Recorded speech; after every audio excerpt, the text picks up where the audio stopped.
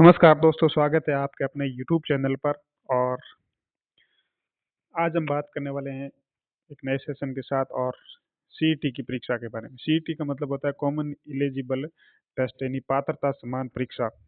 और ये हर साल परीक्षा होती है।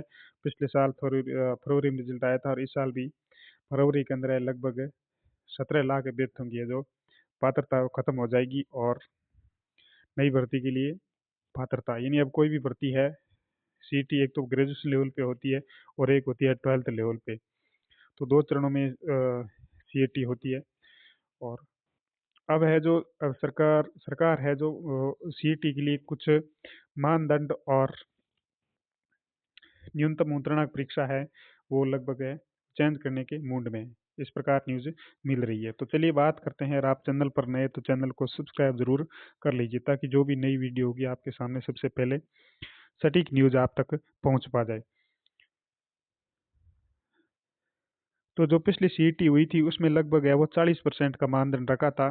यानी जो कोई भी विद्यार्थी अगर 40% क्लियर कर लिया गया है तो वो कोई भी वैकेंसी प्रतियोगिता परीक्षा के अंदर फॉर्म भरने के लिए एलिजिबल माना जाएगा। लेकिन इस बार है वो, और वैधता उसकी 1 साल थी, लेकिन इस बार है वो परीक्षा है उत्तीर्णांक है लगभग 60%।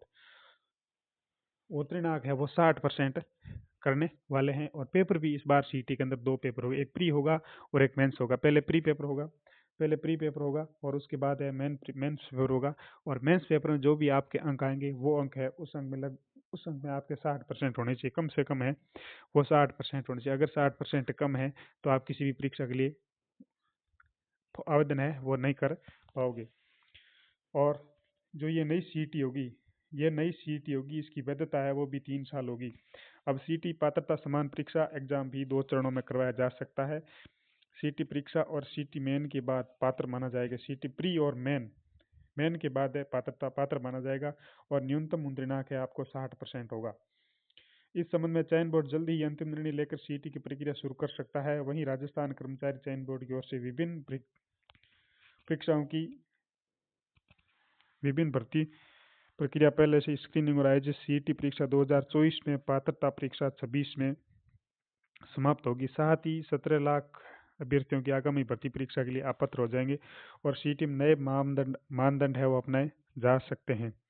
न्यूनतम मुद्रांक अंक है वो 60% करने के साथ ही सर्टिफिकेट की पात्रता 3 साल, यानी इस बार अगर आपने सीईटी क्लियर कर लिया है, कम से कम 60% आपने प्राप्त कर लिए हैं, तो आप 3 साल के लिए मान्य हो जाएगा। 3 साल तक कोई आपको सीईटी का पेपर देना नहीं पड़ेगा। सीईटी में अब प्री और मेन परीक्षाओं को दो चरण कराए जाने पर मंथन हो रहा है। अब सीईटी में दो चरण, पहले प्री होगा और उसके बाद ये है जो मेंस होगा। ज़्यादा स्क्रीनिंग होने से भर्ती परीक्षा में वृद्धि संख्या सीमित हो पाएगी।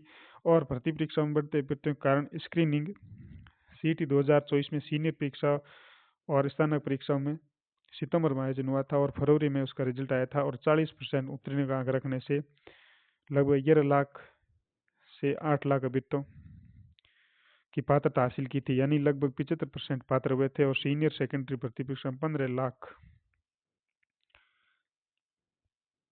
में से लगभग 9 लाख अभ्यर्थियों ने वो पात्र हुए थे। तो अब है, यानी 40% रखा था और उसमें माइनस मार्किंग भी नहीं था, तो अभ्यर्थियों की संख्या ज़्यादा थी, तो उसमें सीईटी करवाने का कोई फ़ायदा भी नहीं हुआ।